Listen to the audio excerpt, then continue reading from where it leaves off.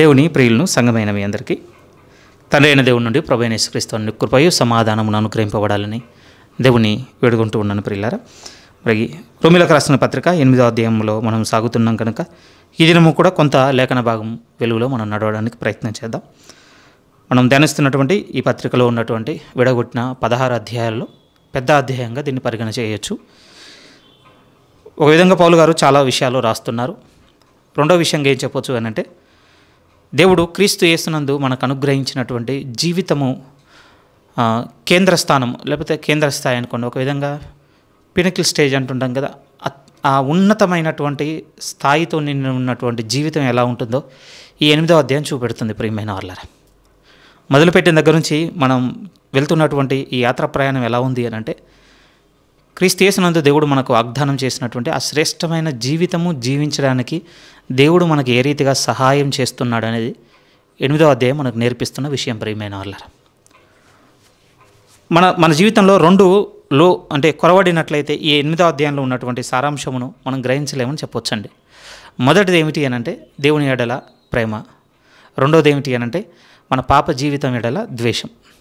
ఈ రెండు విషయాల్లో మనం లోటు వచ్చిందనుకోండి, దేవుని ఎడల ప్రేమ విషయంలో లోటున్నా, మన పాపపు జీవితమును ద్వేషించే విషయంలో కూడా మనకు లోపం ఉన్నా కూడా ఈ 8వ అధ్యాయంలో దేవుడు మనకు వెల్లడి చేస్తున్నటువంటి ఈ వెలుగు మనకు అర్థం కాదు. ప్రియమైన వాళ్ళ, ఎందుకంటే ఈ రెండింటిని నేర్పిస్తుందండి. పరిపూర్ణంగా దేవుణ్ణి ప్రేమించడానికి సహాయం చేసే అధ్యాయం అవుతుంది. ప్రియమైన వాళ్ళారా, 8వ అధ్యాయం పరిపూర్ణంగా మన పాప జీవితమును ద్వేషించుకునేటువంటి మనసును కూడా మనలో రగిల్చేటువంటి శక్తి ఈ 8వ అధ్యాయంకు ఉన్నది. ఈ రెండు లోపం ఉందనుకోండి, పౌలు గారు ఏం రాస్తున్నారో ఆయన తీవ్ర వేదన నుంచి ఓదార్పు పొందుకున్న ఆ వెలుగు యొక్క ప్రత్యక్షత ఏంటో మనం కూడా పట్టుకోలేం. ప్రియమైన వాళ్ళారా, వినొచ్చు, బహుశా కేవలం సంగతులు అర్థం చేసుకునేటట్టుగా ప్రయత్నం చేసి ఉండొచ్చు, కానీ ఇందులో మనం నిలవలేమండి.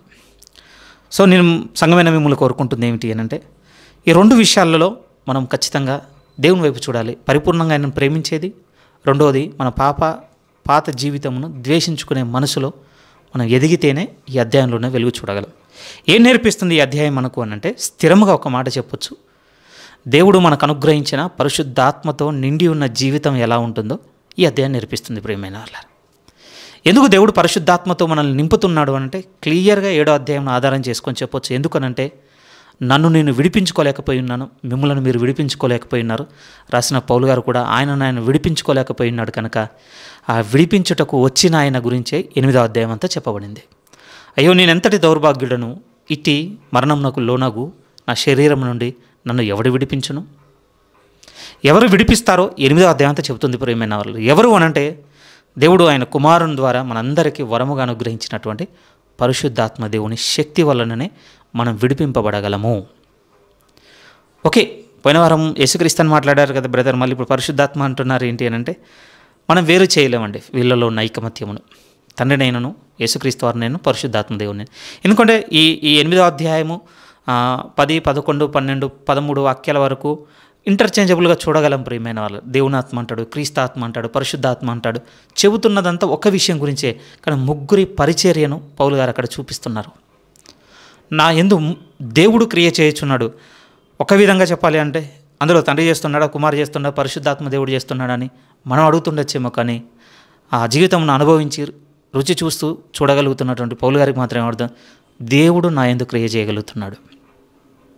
ఇచ్చయించుటకును కార్యసిద్ధి కలగ చేయుటకును ఫిలిప్పులు అంటాడు కదా, దేవుడే అదే రాస్తున్నాడు. సో 8వ అధ్యాయం అంతా దేని గురించి మాట్లాడుతుంది స్థిరంగా అంటే, మనం గుర్తు చేసుకుంటున్నాం 3 వారాలు, ఇది 3వ వారం, ఇంకా 3 వారాలు పడుతుంది. ప్రియమైన వాళ్ళారా, చాలా కీలకమైంది.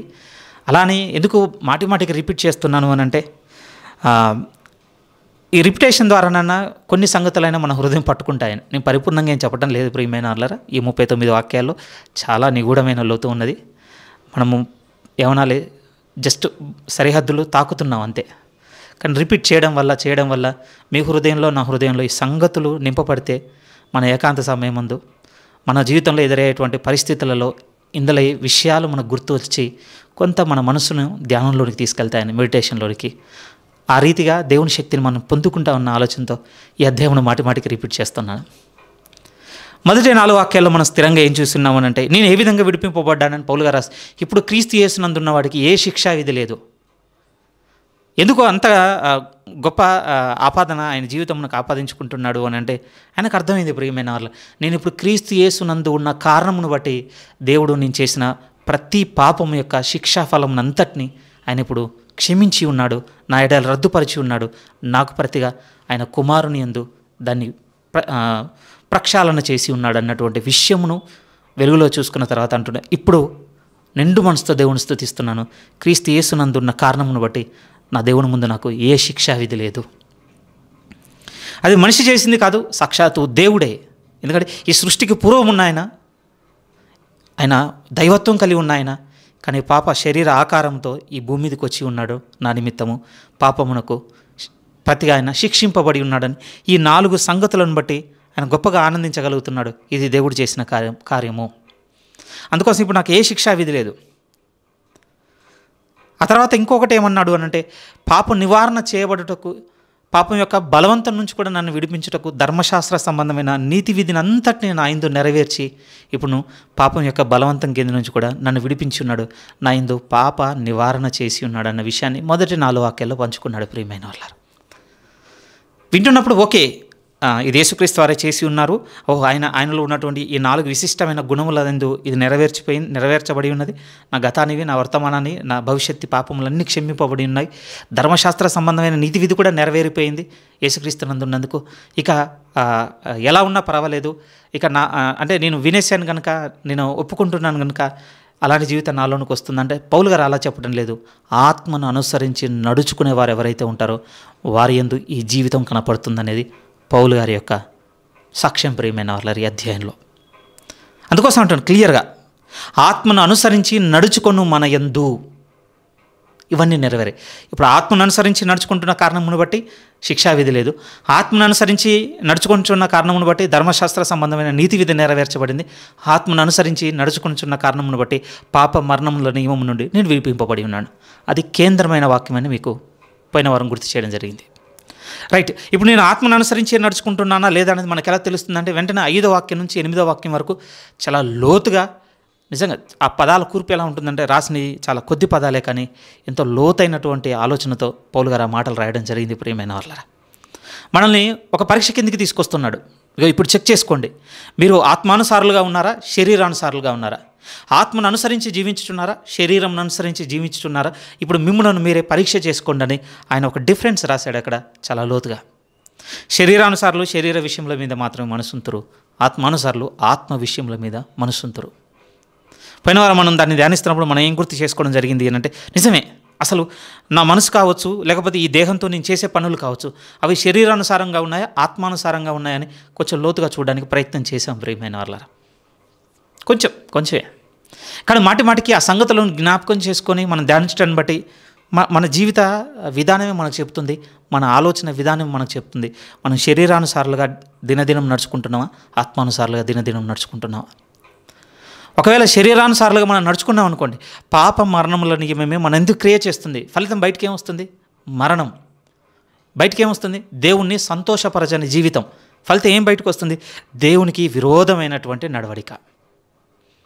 ఇది శరీరానుసారులుగా ఉన్న వాళ్ళకు వచ్చేటువంటి అవుట్పుట్ ప్రియమైన వాళ్ళరా. తుది ఫలితం ఇదే. మరి ఆత్మానుసారంగా నడుచుకున్నట్లయితే జీవమట, మరణం లేదు అందులో. దేవునితో సమాధానం, ఇక ఆయనతో సంపూర్ణమైన సమాధానము. మూడోది ఏంటి అంటే ఆయనను సంతోషపరిచేటువంటి జీవితం, అది ఆత్మను అనుసరించేది. ఇది 5 నుంచి 8 వాక్యాల వరకు పోయిన వారం మనం జ్ఞాపకం చేసుకోవడం జరిగింది. అందులో దేవుడు మనకు స్థిరంగా చూయించి ఉండొచ్చు, మనం చాలా విషయాల్లో ఇంకా శరీరానుసారులుగానే మనం ప్రవర్తిస్తున్నాం. జస్ట్ ఓన్లీ అది గుర్తు చేసి వదిలేయడానికి కాదు ప్రియమైన ఆర్లరా, మిమ్మల్ని నన్ను ఈ వాక్యం దగ్గరికి దేవుడు పట్టుకొచ్చి మాట్లాడింది. మరి అందులో ఆ వెలుగులో అంటాడు కదా యోహాను గారు, సత్యవర్తనుడైతే తన క్రియలు దేవుని మూలముగా చేయబడి ఉన్నట్లు తెలుసుకున్నట్లు వెలుగు యొద్దకు వచ్చును. మరి వెలుగు యొద్దకు వచ్చి ఏం చేయను? ఇప్పుడు ఏం చేయనంటే ఆ వెలుగులో తన క్రియలను సరి చేసుకోవాలి. అందుకోసమే దేవుడు మనకు వాక్యం ఇచ్చి ఉన్నాడు, ధ్యానించుటకు సమయాన్ని ఇస్తున్నాడు, ఆరోగ్యాన్ని ఇస్తున్నాడు, ఎంతో సహాయం చేస్తున్నాడు. శరీరానుసారమైన మనసు కనబడింది, ఇప్పుడు ఏం చేయాలి అని అంటే విడిపించమని దేవుని అడుగుట ఉంది ప్రియమైన వాళ్ళారా. అదే స్థిరంగా చెప్పాడు. మళ్ళీ కొంచెం చూడండి 8వ వాక్యం చదివి ఇక 9 నుంచి 17 వరకు ఈరోజు మెడిటేట్ చేసి క్లోజ్ చేసుకోవడానికి ట్రై చేద్దామండి. 8 మళ్ళీ ఒకసారి చదువుతున్నాను. శరీర స్వభావం గలవారు దేవుణ్ణి సంతోషపరచ నేరరు. కొంచెం కూడా పాసిబిలిటీ లేదటండి, కొంచెం కూడా అవకాశం లేదంటే లేదనేసాడు ప్రియమైన వాళ్ళారు. విశ్వాసం లేకుండా దేవునికి ఇష్టడై ఉండుట అసాధ్యం అని కూడా అంటాడు కదా హెబ్రీలో. సేమ్ పదం ప్రియమైన వాళ్ళారు. శరీరానుసారంగా మనం బ్రతుకుతున్నాము అని అంటే మనం నిలబడడానికి ఏ గ్రౌండ్ లేదు మన దగ్గర అంటే అసలు విశ్వాసం అనే గ్రౌండే లేదని మనల్ని నిలబెట్టే దేవుని ముందు ఇంకేమి దేవుడు సంతోషపడతాడనే ఈ లేఖనం మనల్ని అడుగుతుంది. సంతోషపరచనేరాడు అన్న తర్వాత 9 చూడండి. దేవుని ఆత్మ నీలో నివసించి ఉన్నడలా మీరు ఆత్మ స్వభావం గలవారే కానీ శరీర స్వభావం కలవారు కారు. ఎవడైనను క్రీస్తు ఆత్మ లేనివాడైతే వాడు ఆయన వాడు కాడు. సింపుల్గా చెప్పాలి అంటే 9వ వాక్యం అండి. చాలా వరకు పూర్వపు సేవకుల వర్తమానాలు వింటున్నప్పుడు క్లియర్గా నాకు ఏమర్థమైందంటే ఒక క్లియర్ డెఫినేషన్ అంటే ఒక క్రిస్టియన్ అంటే ఒక క్రైస్తవుడు అంటే సంపూర్ణమైన నిర్వచనం ఒక వాక్యంలో ఎక్కడ చూడగలం అంటే రోమాపత్రిక 8వ అధ్యాయం 9వ వాక్యంలో చూడొచ్చాడు ప్రియమైన వాళ్ళారు. ఎవరు క్రైస్తవుడు, ఎవరు హూ ఈజ్ క్రిస్టియన్ అంటే 9వ వాక్యమే. క్రీస్తు ఆత్మ ఎవరైతే కలిగి ఉంటారో వారు క్రైస్తవుడు. ఎందుకంటే క్రీస్తు ఆత్మ లేనివాడు ఆయన వాడు కాడు అని చెప్పబడింది ప్రియమైన వాళ్ళారు. 9వ వాక్యము అర్థం చేసుకుంటేనే సరిగ్గా ఒక పెద్ద సందేహానికి పరిష్కారం కనబడుతుందండి. నిజం, మామూలు డౌట్ కాదు అది. మనకు తరాల నుంచి ఉన్నటువంటి ఏజెస్ నుంచి ఉన్న డౌట్కి ఆన్సర్ 9వ వాక్యం సరిగ్గా అర్థమైతే. ఇంకొక విషయం ఏంటి అని అంటే ఒక గొప్ప పురికొలుపు కనపడుతుంది ప్రియమైన వాళ్ళారా. దేవునిలో స్థిరంగా ఇంకా నడుచుకున్నట్టు ఒక గొప్ప పురికొలుపు. మొదటిది, అంత గొప్ప ప్రశ్నకు సమాధానం ఏంటి అందులో ఉన్నది అని అంటే మీరు నేను పరిశుద్ధాత్మ చేత నింపబడి ఉన్నామో లేదో మనకు తెలియాలి అంటే 9వ వాక్యం మనకు అర్థమైతే తెలిసిపోతుందండి. నిజం. మళ్ళీ 9వ వాక్యం 8వ అధ్యాయం 9వ వాక్యం కనుక మనకు వెలుగు దొరికితే పరిశుద్ధాత్మ దేవుని గురించి ఇక మనకు చాలా సందేహాలకి గట్టిగా మాట్లాడాలంటే అనుభవరాహిత్యంతో అంటున్న మాటే కానీ అనుభవస్తే రేపు స్థిరంగా చెప్పవలసిన మాటే 100% జెన్యున్గా ఒక కన్క్లూజన్ దొరికినట్టే మనకి. మీరు నేను పరిశుద్ధాత్మ దేవుని కలిగి ఉన్నామా లేదా అనేది ఎక్కడ కనపడుతుందో తెలుసా? క్లియర్గా ఉంది అక్కడ ఒక పదం, ఆత్మ స్వభావంలో కనపడుతుందండి. మళ్ళీ నేను చదువుతున్నాను, చాలా ముఖ్యమైన మాట ప్రియమైన. 9 మీరు చూడండి. 9 దేవుని ఆత్మ మీలో నివసించి ఉన్న ఎడల మీరు ఆత్మ స్వభావం గలవారే కానీ శరీర స్వభావము కలవారు కారు. ఇంతకంటే ఏం కావాలి? ఇంకెవరి విట్నెస్ కావాలి ప్రియమైన వాళ్ళారా? ఎందుకంటే వ్యక్తిని వెంబడించుకుంటూ వెళ్తున్నప్పుడు జరిగేటువంటి అనర్థాలు ఎలా ఉన్నాయంటే మనకు ఉపయోగం కంటే అనార్థం ఎక్కువగా ఉందండి. వాస్తవంగా మాట్లాడంటే గందరగోళము. నిజం ప్రియమే. ఒక్కొక్క వైపు నుంచి ఉండే ఒక్కొక్క రకమైనటువంటి డాక్ట్రిన్ అండి. పరిశుద్ధాత్మ దేవుని వెలుగు సంబంధమైంది. ఆయన చేత నింపబడాలంటే ఇదని, ఆయన చేత నింపబడితే గుర్తులు ఇవని, లేకపోతే ఆయన నీలో ఉంటే బయటకు వచ్చేటి ఇవని, ఇవన్నీ బైబిల్లో లేనివంటే అన్నీ ఉన్నవేనండి. కానీ అవన్నీ వింటున్నప్పుడు ఎంత గందరగోళము అని అంటే పోయిన వారం మళ్ళీ జ్ఞాపకం చేసుకుందే మళ్ళీ వెనక్కి వెళ్ళి మిమ్మల్ని ఇబ్బంది పెట్టండి. కానీ 9వ వాక్యం మనకు క్లియర్గా చాలా స్పష్టంగా ఒక నిర్ధారణ ఇస్తుంది. ఆ నిర్ధారణ ఎందులో ఉందంటే మీరు నేను ఆత్మ స్వభావం కలిగి ఉన్నామంటే గుడ్డిగా నమ్ముదామండి. 8వ అధ్యాయం 9వ వాక్యమును బట్టి పరిశుద్ధాత్మ దేవుడు మన యందు నివసించుచున్నాడు. దీనికి ఆపోజిట్ ఇక నేను చెప్పనవసరం లేదు కదా. దీనికి పూర్తిగా వ్యతిరేకం ఏంటి? ఆత్మ స్వభావం మన యందు లేదు అని అంటే ఇక నమ్ముదాం ప్రియమైన వాళ్ళారా, పరిశుద్ధాత్మ దేవుడు మీ యందు నా యందు నివసించటం లేదు. రైట్. ఇప్పుడు నేను ఆత్మ స్వభావం కలిగి ఉన్నానని లేదన్న విషయం మనకు ఎలా తెలుస్తుంది? 5 నుంచి 8 వాక్యాలు అంతే. ఆత్మానుసారులు ఆత్మ విషయముల మీద మనస్సుంతురు. కేర్ఫుల్గా వినండి, ఇది చాలా ముఖ్యమైనది. నేను మనసు ఉంచుచున్నాను కానీ మళ్ళీ కొంతకాలం తర్వాత మళ్ళీ నేను డివేట్ అయిపోతున్నాను. మళ్ళీ అందరిలో ఉంది ప్రియమైన వాళ్ళారా ఆ స్ట్రగుల్. 7వ అధ్యాయంలో పౌలు గారిలో కూడా మనం చూసాం విషయాన్ని. మనసు యందు మీకు నాకు పౌలు గారికి ఒకే నియమం పనిచేస్తుందండి. కానీ ఇది మనసులో నుంచి మనలో ఉన్నటువంటి అవయవంలోనికి వెళ్ళేసరికి ఇంకొక నియమం పోరాడుతుంది. మరి పౌలు గారు అయితే 8వ అధ్యాయంలో ఆయన విజయం పొందుకున్నాడు కదా, మరి మనం ఇంకా అక్కడ నిలబడలేదు కంటే మీకు గుర్తు చేస్తున్నాను, నడుచుట అనేది చాలా కీలకమైన మాట అని మీతో అంటాను కదా. ఈ మాట సరిగ్గా అర్థమైతేనండి చాలా పెద్ద డౌట్కి ఆన్సర్. రెండవది ఏంటంటే ప్రభువులో స్థిరముగా పురుకొల్పబడతామండి. నిజం. ఇది మొదలుకొని ఇక అనుదినము ఆయనతో నేను నడవడాన్ని బట్టి నేను ఖచ్చితంగా ఈ అధ్యాయంలో ఉన్న జీవితంలోనికి నేను చేరుకోగలనటువంటి భరోసా ఈ 9వ వాక్యం మనకి ఇస్తుంది ప్రియమైన వాళ్ళారా. మళ్ళీ నేను చదువుతున్నాను, ఎందుకంటే ఎక్కువ వచనాలు ఉన్నాయి ఈరోజు మనం కంప్లీట్ చేసుకోవాల్సినవి, తొందరగా ముగించేయాలి కనుక మూవ్ అవుతున్నాను. 9వ వాక్యం మళ్ళీ ఒకసారి చదివి ముందుకు వెళ్ళిపోతున్నాను. చూడండి, దేవుని ఆత్మ మీలో నివసించి ఉన్న ఎడల మీరు ఆత్మ స్వభావం గలవారే కానీ శరీర స్వభావం కలవారు కారు. ఫుట్నోట్ వర్డ్ ఇంకా చాలా బాగుంటుందండి, అది కూడా మనం ఇక్కడ కన్సిడర్ చేయగలిగితే ఏమని చూడండి, ఆత్మ యందున్నవారే కానీ శరీరం అందున్నవారు కారు. మరలా అప్పుడో ఇప్పుడో శరీర సంబంధమైన ఛాయలు మనం ఎందుకు కనపడుతున్నాయంటే మనం బలహీనపడుతున్నాం ప్రియమైన వాళ్ళ. స్థిరమైన గురిలో స్థిరంగా సాగకుండా అభ్యంతరపడుతున్నాం. మళ్ళీ ఐహిక విచారాలు, ధనమోహం అంటాడు కదా, విన్న వాక్యమును కప్పివేయడాన్ని బట్టి నిష్ఫలమవుతుంది. బాగా బయటకు వచ్చి మన ఎందుకు క్రియేట్ చేయాల్సిన వాక్యము వీటన్నిటిని బట్టి అది అనగొట్టబడుతుందండి. ఓకే, ఈ ఐహిక విచారాలకు కావచ్చు, ధనమోహానికి కావచ్చు, శరీర సుఖాలకు కావచ్చు, వీటికి అవకాశం ఇస్తుంది ఎవరు?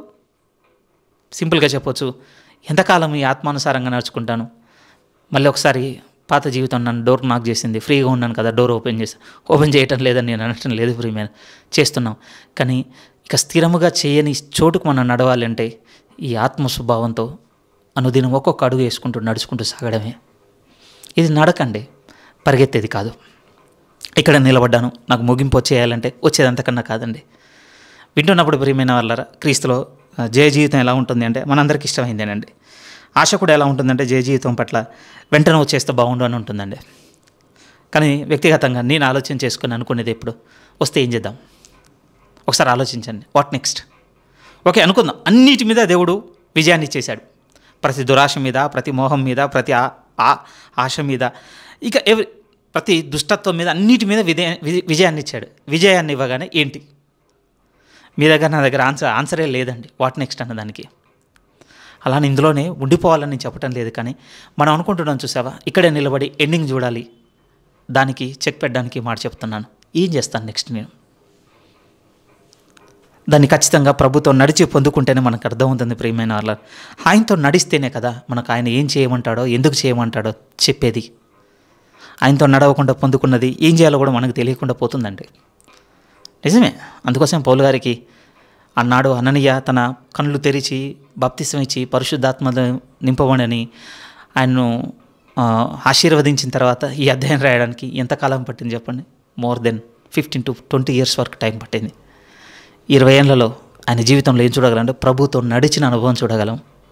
అందుకోసం అంటున్నాడు, ఆత్మతో మన ఆత్మ మన యందు నివసించిన ఎడల మన ఆత్మ స్వభావం గలవారు, ఆత్మ స్వభావం గలవారు పాప మరణముల నియమం నుండి నిశ్చయంగా విడిపింపబడుతున్నారు ప్రియమైన వాళ్ళారు. పౌలు గారి సాక్ష్యం అదే.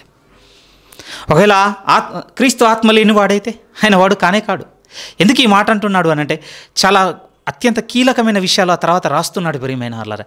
ఎందుకంటే యేసుక్రీస్తులో నిజంగా ఈ పాప మరణముల నియమం నుంచి విడిపింపబడే జీవితం, లేకపోతే మనకు బాగా వాడుకైన పదంతో చెప్పాలంటే ఈ జయ జీవితం రావడం అనేది అంత సింపుల్ అయితే కాదండి. లేకపోతే దానికి అదే వచ్చేస్తుంది అంతకన్నా కాదు. నిజం ప్రియమైన వాళ్ళ, దానికి అదే వచ్చేస్తుందని అంతకన్నా కాదు. నిజముగా నిశ్చయముగా కండిషన్స్తో ఉందన్నట్టుగా పౌలు గారు రాస్తున్న మాటల్లో చూడగలం. 10 నుంచి ఆ మాటలు చూడ ఎలా ఉన్నాయి చూడండి. 9లోనే చెప్పాడు, క్రీస్తు ఆత్మ లేనివాడైతే, క్రీస్తు ఆత్మ మీ యందు నివసించిన ఎడల, కండిషన్ బేస్గా రాస్తున్నాడండి. ఇఫ్ ఆల్మోస్ట్ అండి ఒక్కొక్క వాక్యానికి ఒక్కొక్క 5 సార్లు అదే విషయాన్ని చెప్తాడు చూడండి. 10 కూడా, క్రీస్తు మీలోనున్న ఎడల మీ శరీరం పాపం విషయమై మృతమైనది. నథింగ్ బట్ క్రీస్తు మీలో ఉన్న ఎడల అన్న 9వ వాక్యంలో ఉన్న క్రీస్తు ఆత్మ మీలో ఉన్న ఎడల, ఇంకొంచెం పైకి వెళ్ళాం అనుకో దేవుని ఆత్మ మీలో ఉన్న ఎడల. మూడిటి అర్థం ఒకటే, మూడిటి కార్యం ఒకటే. పౌలు గారు చెప్పాలనుకుంటున్న ఇంటెన్షన్ కూడా ఒకటే. కండిషన్ ఎంత క్లియర్గా చెప్తున్నాడంటే, క్రీస్తు మీలోనున్న ఎడల మీ శరీరము పాపం విషయమే మృతమైనది కానీ మీ ఆత్మ నీతి విషయమే జీవం కలిగి ఉన్నది. మృతులలో నుండి యేసును లేపిన వాని ఆత్మ మీలో నివసించిన ఎడల. అగైన్ చూడండి, మృతులలో నుండి క్రీస్తు యేసును లేపినవాడు చావునకులోనైన మీ శరీరమును కూడా మీలో నివసించుచున్న తన ఆత్మ ద్వారా జీవింపచేయను. ఏంటి ఇక్కడున్న షరత్ ఏంటి? ఇప్పుడు పరిశుద్ధాత్మ దేవుడు మన జీవితమును నడిపిస్తున్న, లేకపోతే ఆయన వల్ల నడిపింపబడుతున్న జీవితం మనం పొందుకోవాలంటే ఇక్కడ ఉన్న కండిషన్ ఏంటి? పౌలు గారు రాస్తున్న ఆ మాటలను తీసుకోగలిగితే 2 కండిషన్స్ను గుర్తు చేస్తున్నాడండి.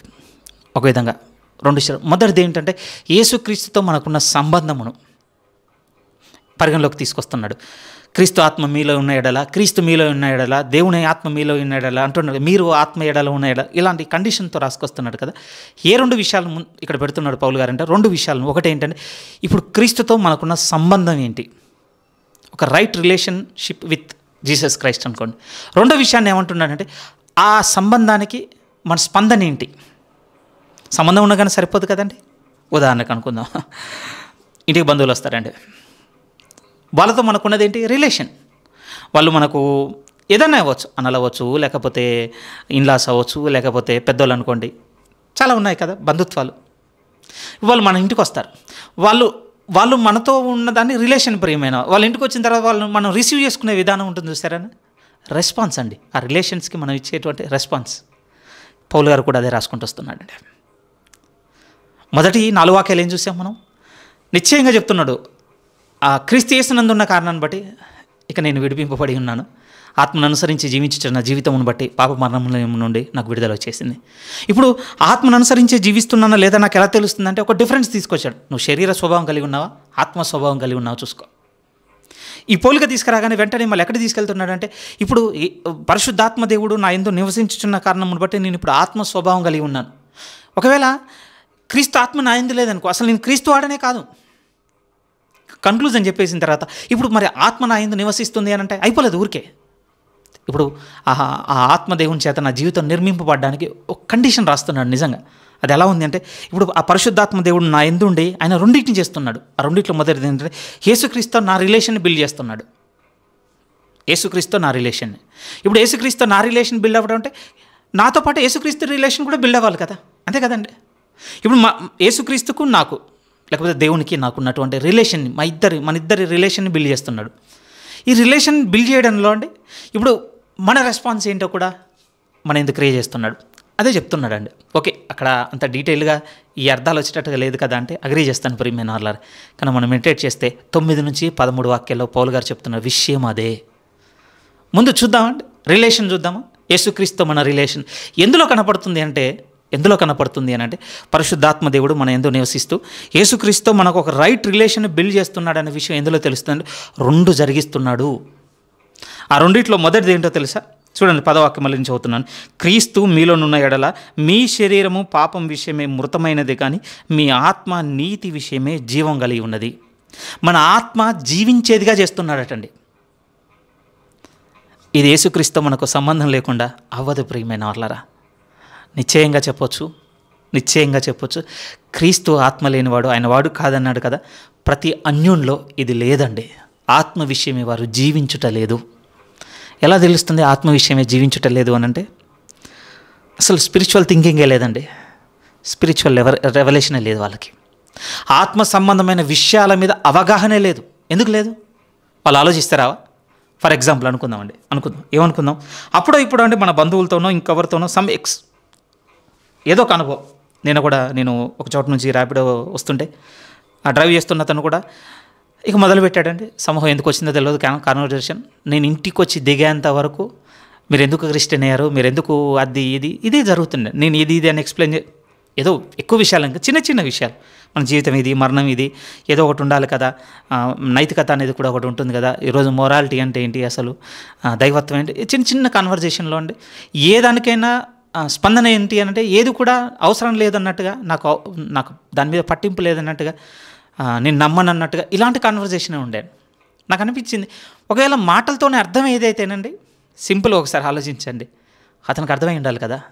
మీకు ఎదురైన అనుభవంలో, మీరు ఇంకొకరు చెప్పిన అనుభవంలో, దేవుడు నమ్మని మీ అన్య సంబంధమైన స్నేహితుల బంధువులతో మీరు చెప్తున్నప్పుడు వాళ్ళకి అర్థమైపోయి ఉండాలి కదా మాటలతోనే ఇది. ఎందుకంటే ఆత్మ విషయమే వారు జీవించుచు లేరు ప్రియమైన వాళ్ళారా. ఎందుకో తెలుసా, ఒక రైట్ రిలేషన్ లేదు యేసుక్రీస్తుతో. ఎందుకు యేసుక్రీస్తు ఒక సరైన సంబంధం లేదు అని అంటే క్రీస్తు ఆత్మ వారి యందు లేదు ప్రియమైన వాళ్ళారా. ప్రభు ఆత్మ వారిలో లేని కారణాన్ని బట్టి ఆత్మ విషయంలో వారు జీవించి ఉన్నారు. కానీ మనతో మాత్రం ఏమంటాడంటే తెలుసా, మన శరీరం అయితే పాప విషయంలో మరణించింది, కానీ ఆత్మ నీతి విషయంలో మనల్ని జీవింపజేస్తుంది అన్నాడండి. ఇది ఫస్ట్ది ప్రియమైన వాళ్ళారా. అది ఇప్పుడు ప్రజెంట్లో జరుగుతున్నది, అంతే కదా.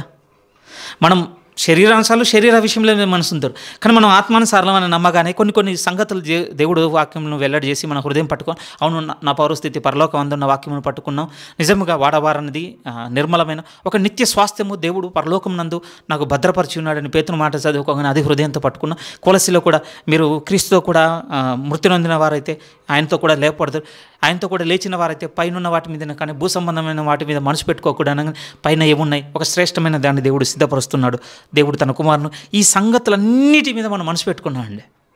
ఎందుకు వచ్చింది ఈ వెలుగు? ఎందుకు మన హృదయం పట్టుకున్న ఈ సంగతులన్నింటినీ? ఎందుకనంటే ఆత్మ నీతి విషయమే మిమ్మల్ని నన్ను జీవింపచేస్తున్నాడు. ప్రియమైన వాళ్ళ, ఆయనతో రిలేషన్షిప్ లేకపోతే మనం కూడా అన్యులవంతులోనే ఉండేవాళ్ళం. మనకు కూడా ఇవి కట్టుకత్తలుగానే ఉండేవండి. నమ్మడానికి అసలు ఏముంది, మనం కూడా అడిగేవాళ్ళం. ఇప్పుడు విశ్వాసంతో నేను నమ్ముతున్నాను, నాకు రోజుల మీద అంటే నాకు ఇప్పుడేం తొందర లేదు, రేపన్న రోజున నాకు వెల్లడవుతాయన్న ఒక నిరీక్షణతో, ఒక విశ్వాసంతో ఇప్పుడు మనం చూస్తున్నామండి. కానీ ఇప్పుడు ఇదే క్రీస్తు సంబంధం లేని వారిని చూడండి, మాకు చూపించండి, మాకు కనపరచండి, ఇప్పుడు నిరూపణ చేయండి. ఎందుకు ఆ భాష మనం వాడటం లేదు? ఎందుకు ఆ చోట మనం లేవు? ఎందుకంటే ఆయన ఆత్మ మన యందు నివసించిన ఎడల మనం ఆత్మ స్వభావం కలిగి ఉన్నాం. సో యేసుక్రీస్తు వారితో మన రిలేషన్ ఎలా ఉంది అని అంటే ఆయన ఏది చెప్పినా కూడా నమ్ముతున్నాం. ఓ ప్రభు, నువ్వు ఇది చేసావా? నమ్ముతున్నాను. ఇది చేయబోతున్నావు? నమ్ముతున్నాను. ఇలా చేస్తున్నావు? నమ్ముతున్నాను. ఎందుకు? ఆయనతో ఈ రిలేషన్ ఎవరు బిల్డ్ చేస్తున్నారు? బిళ్ళబట్టలేదు అంటే మళ్ళీ 9వ వాక్యంలోనికి, క్రీస్తు ఆత్మ లేనివాడైతే ఆయన వాడు కాదు, ఎవరైతే క్రీస్తు ఆత్మ లేదో వాడు ఆయన వాడు కాదు. అక్కడికి వెళ్తాం మళ్ళీ. లేదు, వీటన్నిటికీ నా మనసు అంగీకరిస్తుంది, నేను నమ్ముతున్నాను, వీటి అందరూ నిరీక్షణ పెట్టుకొని ఉన్నాను అని అంటే ఈ రిలేషన్షిప్ ఎవరు బిల్డ్ చేస్తున్నారంటే పరిశుద్ధాత్మ దేవుడి ప్రేమ. ఆయన మన యందు నివసించుచున్నాడు అనడానికి గుర్తు. ఆయన మన యందు నివసించుచున్నాడు అనడానికి గుర్తు. ఈ ప్రజెంట్ విట్నెస్ అంటే ఇప్పుడు జరుగుతున్న ప్రస్తుత రుజువే కాదు. వెంటనే మీరు 11వ వాక్యం చూడగలిగితే, మృతులలో నుండి యేసును లేపిన వాని ఆత్మ మీలో నివసించిన ఎడల, మృతులలో నుండి క్రీస్తు యేసును లేపినవాడు చావునకు లోనైన మీ శరీరములను కూడా మీలో నివసించుచున్న తన ఆత్మ ద్వారా జీవింపజేయును. ఆత్మ విషయమే జీవం మాత్రమే కాదండి, స్పిరిచువల్ ఎలావి మాత్రమే కాదట, రేపు ఈ శరీరములను కూడా జీవింపజేస్తాడట. ఇది ఫ్యూచర్ది, ఇది భవిష్యత్ హోప్, ఇది భవిష్యత్తుకు సంబంధించిన నిరీక్షణ.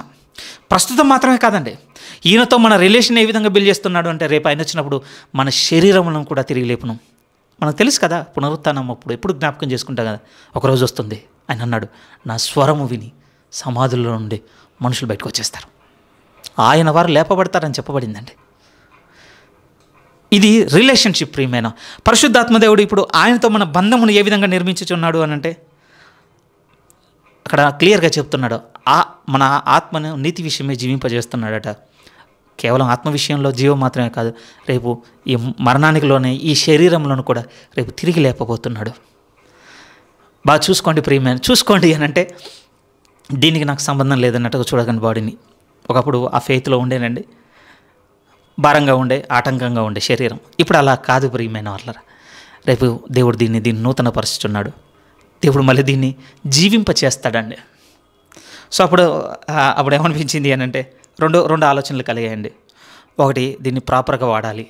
రెండోది, దీన్ని ఇంతకాలం ప్రాపర్గా వాడకున్నటువంటి మరకలు ఉన్నాయి చూసారండి, మచ్చలు, గాయాలు, వాటిని బట్టి దేవుడిని నిరంతరం క్షమాపణ అడగాలి. ప్రియమైన వాళ్ళరా, తప్పు చేసి ఉన్నాను దేవా నేను. ఎందుకంటే రేపు ఇది జీవిస్తుందండి. ఆయన ఆత్మ మన యందు నివసించిన ఎడల రేపు ఈ శరీరాల కూడా మళ్ళీ ఇంకొక భవిష్యత్తు ఉంది. ప్రియమైన వాళ్ళ, ఇది క్రీస్తుతో రిలేషన్ అండి, మీతో అన్నాను కదా. మరి దీనికి రైట్ రెస్పాన్స్ ఏంటి? ఓకే అన్నీ ఓకే, మంచిగా నేను ఇక్కడ కూర్చోగానే పరిశుద్ధాత్మ దేవుడే యేసుక్రీస్తు నాకున్న రిలేషన్ చక్కగా బిల్డ్ చేస్తున్నాడు, మా ఇద్దరిని చక్కగా కలుపుతున్నాడు అని అంటే కేవలం ఆ ఒక్క రెస్పాన్సిబిలిటీయే కాదు, రెండోది ఏమన్నాండి, దానికి ఒక రైట్ రెస్పాన్స్ కూడా మనలో బిల్డ్ చేస్తున్నాడు. ప్రియమైన వాళ్ళ, అందుకే కింద 12 కాబట్టి సహోదరులారా, శరీరానుసారముగా ప్రవర్తించుటకు మనం శరీరమునకు రుణస్థులము కాము. మన రెస్పాన్స్ ఇదేనా? మన స్పందన ఇదేనా? ప్రభు యొక్క ఆత్మ మనలో నివసించుచు నిజంగా మనల్ని ఆత్మ సంబంధమైన విషయాల చేత మనల్ని పురికొలుపుతూ, మనల్ని ఆత్మ సంబంధమైన సంగతుల చేత నింపుతూ, నిశ్చయంగా మన ఆత్మను నీతి విషయమే జీవింపజేస్తూ, ఇటువైపు స్పిరిచువల్ మినిస్ట్రీ అంతా ఇటు సాగుతుంటే మన రెస్పాన్స్ ఎటుంది? ఆత్మ సంబంధమైన విషయం వైపు మన రెస్పాన్స్ ఉందా, లేకపోతే శరీర సంబంధమైన విషయం వైపు మన స్పందన ఏంటి? ఉదాహరణ అనుకుందామండి, ఏ అయిన పర్సన్ లాగుతున్నాడు మనల్ని, బి అయిన పర్సన్ లాగుతున్నాడు. సింపుల్గా చెప్తున్నాను. ఒకటి ఆత్మానుసారమైన జీవితం, ఇంకోటి శరీరానుసారమైన జీవితం. ఈ రెండిట్లో ఎవరికి ఎవరు బలంగా ఉంటే వాళ్ళు నన్ను లాగేస్తారు అని అంటే దీన్ని ఇక్కడ నేను అది మాట్లాడటం లేదు. ప్రియమైన గుంజుతున్నారు అనగానే మనం పిలుస్తున్నారు అనుకుందాం, ఏదైతే బాగుంటుంది కదా. మనల్ని ఏ అనే పర్సన్ పిలుస్తున్నాడు, బి అనే పర్సన్ పిలుస్తుంది. మనం ఎటు వెళ్తామన్నది అది మన రెస్పాన్స్ని చూపిస్తుంది కదండి. మనం ఏ అనే వ్యక్తి వైపు ఎందుకు పోయామంటే అతనికి ఇచ్చిన మన రెస్పాన్స్, అది మన స్పందన. నన్ను పిలుస్తున్నావు, వస్తున్నాం పద. బి అనే వ్యక్తివే, ఇదా నువ్వు నన్ను పిలిచావు, వస్తున్నాను, ఇది మన రెస్పాన్స్. అందుకోసం పన్నెను. కాబట్టి సహోదరులారా, క్లియర్గా అంటున్నాడు, శరీరానుసారముగా ప్రవర్తించుటకు మనము శరీరమునకు రుణస్థులము కాము. మనం అప్పులో ఉన్నాం ప్రియమైన వాళ్ళరా, రుణస్థులము మనము. ఎవరికి రుణస్థులుగా ఉండడానికి నిర్ణయం తీసుకుంటానో ఆలోచించాలి. ఎవరికి రుణస్థులుగా ఉండటకు, మనల్ని ఆత్మానుసారమైన సంగతులు అన్నింటిలో కడుతున్నటువంటి పరిశుద్ధాత్మ దేవునికి, అంటే ఆత్మ సంబంధంగా నడుచుకున్నటకు రుణస్థులుగా ఉన్నామా? మనల్ని మరణానికి, దేవునికి విరోధముగా, దేవునికి సంతోషపరచని జరిగించేటి మన యందు క్రియ చేయట కారణమైనటువంటి శరీరస్తులుగా ఉండటం, శరీరానుసారులుగా ఉండటకు మనం రుణస్థులుగా ఉన్నామా? మన రెస్పాన్స్ ఏంటి? ఇప్పటికైనా సరి చేసుకోవాల్సి ఉంది ప్రియమైన వాళ్ళారు. ఓకేనండి, సండే స్పిరిచువల్గా నేను రెస్పాండ్ అవుతున్నాను, మండే టు సాటర్డే శరీరానుసారంగా నేను రెస్పాండ్ అవుతున్నాను, బ్యాలెన్స్ అవుతుంది కదంటే అవ్వలేదండి. 60:1 రేషియోనే ఉంది కదా, అయిందా? లేదు కదా. అలా నేను 50-50 కూడా పిలవటం లేదండి. ఓకే, గట్టిగా ట్రై చేస్తే 50-50కి వస్తున్నామేమో, కానీ దేవుడు ఇలా అడగటం లేదు ప్రియమైన వాళ్ళారా. మిమ్మల్ని నన్ను మనం రెండిట్లో ఉండాలని దేవుడు కోరుకోవటం లేదు.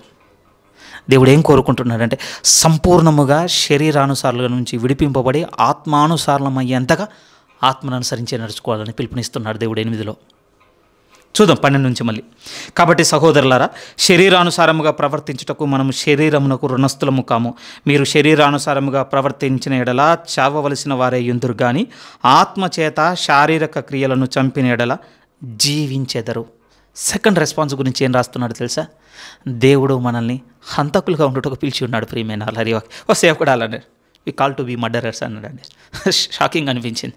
నిజమే, దేవుడు ఏం కోరుకుంటున్నాడంటే ఇతరులను నరహత్య చేసేవారినిగా కాదు, తనను తాను ప్రతిదినము తనను తాను ఉపేక్షించుకొని తన శిలువను ఎత్తుకొని సాగమనే కదా Luka 9:23 ప్రభు అన్నది, మత్తయి సువార్త 16 కూడా అన్నది.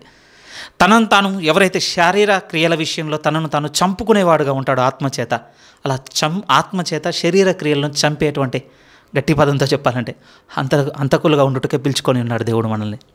మొదటిది ఏంటంటే రుణస్థులము, రెండోది ఏంటో తెలుసా? మన రెస్పాన్స్ హంతకులము ఉంటున్నామా, లేకపోతే శరీరానుసారమైన మనసు చేత ఆత్మ సంబంధమైన ప్రతి కార్యమును చంపుతున్నామా? ఏంటి మన రెస్పాన్స్? ఎలా స్పందిస్తున్నాం దేవునికి?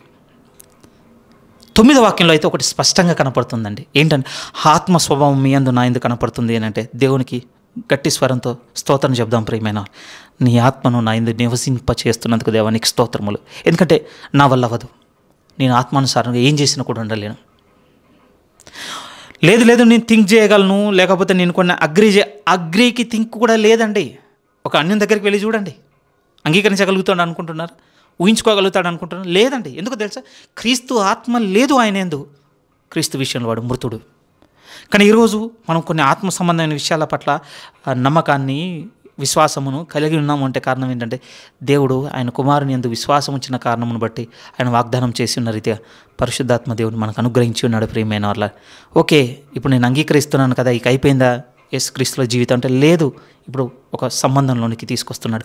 ఆయన చేత నడిపింపబడితేనే, ఆయన మన యందుంటేనే, మనం ఆయన యందుంటేనే ఇప్పుడు క్రీస్తుతో సంబంధమైనా, ఆ తర్వాత ఆ సంబంధానికి ఒక సరైన స్పందన అయినా. ఏంటి ఆ సంబంధం?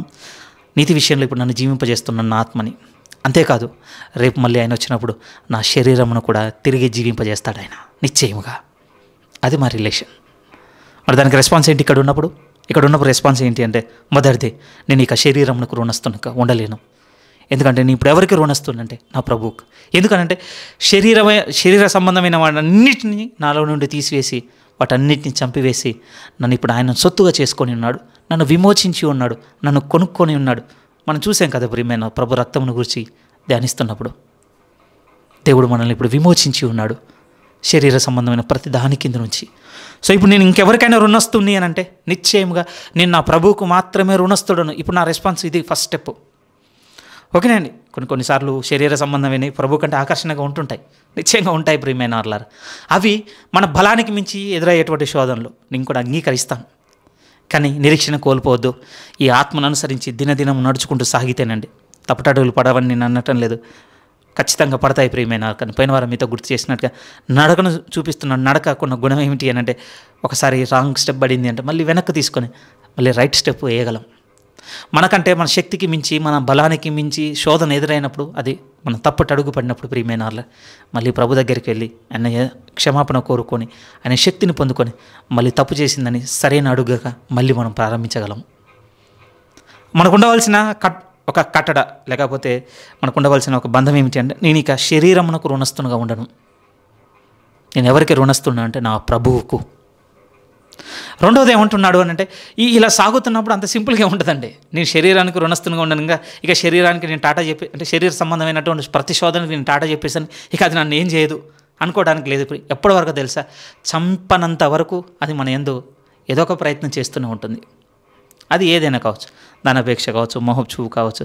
మనం కంప్లీట్గా దాన్ని చంపనంత వరకు అది కొనూపిరితో ఉండి మళ్ళీ బలాన్ని తెచ్చుకొని టైం తీసుకుంటుండొచ్చు. కొన్నిసార్లు అనిపిస్తుంటుంది. కొన్నిసార్లు వే బ్యాక్ ఒక 6 నెలలు అయి ఉండొచ్చు ఆ శోధనలో పడి, లేకపోతే అలాంటి పాపం మనం చేసి ఉండి, అలా నీకు అయిపోయింది అనుకోవడానికి లేదు ప్రియమైన. నిశ్చయంగా దాన్ని చంపేంత వరకు అది మళ్ళీ ఇంకొక రోజు బలంగా వస్తుంది, ఇంకొక రూపంతో వస్తుంది, మళ్ళీ మనల్ని అభ్యంతరపరుస్తుంది, మళ్ళీ క్రీస్తులు మనల్ని పడగొడుతుంది. అందుకోసం అంటున్నాడు 13 ఏమన్నాడు అంటే, ఆత్మచేత మనం శారీరక క్రియలను చంపాలి. దానికోసం గల్తీలకు రాసిన పత్రిక 5వ అధ్యాయం మీరు రాసుకోండి, అక్కడ క్లియర్గా ఉంది. ఒకసారి చూద్దాం. గల్తీలకు రాసిన పత్రిక కొంచెం మీరు టర్న్ చేయగలిగితే, గల్తీలకు రాసిన పత్రిక 5వ అధ్యాయం 16 నుంచి వాస్తవానికి 26 వాక్యాల వరకు అదే కదా మనకు కనపడుతుంది. నేను చెప్పినది ఏమనగా, ఆత్మానుసారముగా నడుచుకొనుడి, అప్పుడు మీరు శరీరేచ్ఛను నెరవేర్చరు. మళ్ళీ నాలోనికి వస్తున్నాయి కదా, రావటం అంటే రాకుండా ఉండబోయే స్థితి వెంటనే మొదలవుతుందని చెప్పడం లేదండి. ఇక్కడ ముందైతే నడుచుకుంటూ చూపెడుతున్నాడు. ఎందుకంటే అంటే 1 స్టెప్ ఎట్ ఏ టైం అంటుంటారు ప్రేమ్, ఒక అడుగు తర్వాత ఇంకొక అడుగు, అంతే. మన శక్తి కొలది మనం చేయగలుగుతాం. నిజం ప్రియమైన. ఈ గల్తీలకు రాసిన పత్రిక 5వ అధ్యాయం 16 నుంచి మీరు 26 వరకు మీరు చదువుకున్నట్లయితే మనకేం కనపడుతుందంటే, ఈవెన్ 25 కూడా, మనం ఆత్మను అనుసరించి జీవించే వారం అవుతామా, ఆత్మను అనుసరించి క్రమముగా నడుచుకుందాం. కన్క్లూజన్ కూడా అదే. మధ్యలో ఎంత పెద్ద శరీర కార్యాల లిస్ట్ ఉందో తెలుసా? అవి చదువుతున్నప్పుడు అందులో చాలా మనం ఎందుకు క్రియేట్ చేయొచ్చు ఉన్నాయి ఇప్పటికీ కూడా. అలానే ఇక ఇదే శాశ్వతంగా ఉంటుందని చెప్పడం లేదు. 25వ వాక్యం నిశ్చయంగా ఏం చెబుతుందో తెలుసా? నిశ్చయంగా ఆత్మను అనుసరించి నడుచుకుంటే, గుర్తుపెట్టుకుందాం, మనం ఒకరోజు క్రమంగా నడుచుకునే చోటు మనకుంది ప్రభువులో. అక్రమమును విడిచి ఇక క్రమంగా ప్రభువులో నడుచుకునేది రోజు ఉంది ప్రియమైన. ఎప్పుడో తెలుసా? ఈ ఆత్మను అనుసరించి మనం నడవడం కొనసాగుతున్నంత కాలము ఆయనతో మనం నడవాల్సిందే. మన రెస్పాన్స్ ఎలా ఉంది ఇది మనం చూడాలి ప్రియమైన. మన ముందుకు ఎదురవుతున్న శోధనలో ఈ 2 ఉంటాయండి ఎప్పుడు కూడా. ఆత్మానుసారమైనటువంటి ఎంపిక ఉంటుంది, శరీరానుసారమైనటువంటి ఎంపిక ఉంటుంది. దీంట్లో మనం దేనికి స్పందిస్తామో దాని యొక్క ఫలమే మీ నుంచి నా నుంచి బయటకు వస్తుంది ప్రియమైన వాళ్ళ. ఈ రోమపత్రిక 8వ అధ్యాయం ధ్యానం ద్వారా మీ మనసుకి ఏం తీసుకురావాలనుకున్నాను అని అంటే, మనం రుణస్థులము కామన్న విషయాన్ని మరవద్దు. శరీరమునకు మనం రుణస్థులము కాము, ఆ విషయాన్ని మనం మరవకూడదు ప్రియమైన వాళ్ళరా. ఎందుకంటేనండి అంటే కలుస్తుందో లేదో ఇప్పుడు అది గుర్తు చేయడం. బాగా చూడండి, మనం అప్పున్నాం అనుకోండి, ఉదాహరణ చెప్తున్నాను. అప్పున్నాం మనం, అప్పు మనల్ని చాలా విషయంలో కొంత భద్రతలోనికి తీసుకొస్తుందండి. దాని అర్థం ఏంటి అంటే, ఎగ్జాంపుల్గా చెప్తున్నాను. మంతంతా మీరు వర్క్ చేశారు, మంత ఎండ్ అవ్వగానే శాలరీ పడింది. ఏ అప్పు లేదనుకోండి, స్వేచ్ఛ ఉంటుంది, దేనికైనా ఖర్చు పెట్టుకుంటాం. ఒక అప్పు ఉందనుకోండి, ఎన్ని ఆలోచనలు ఉంటాయో తెలుసా?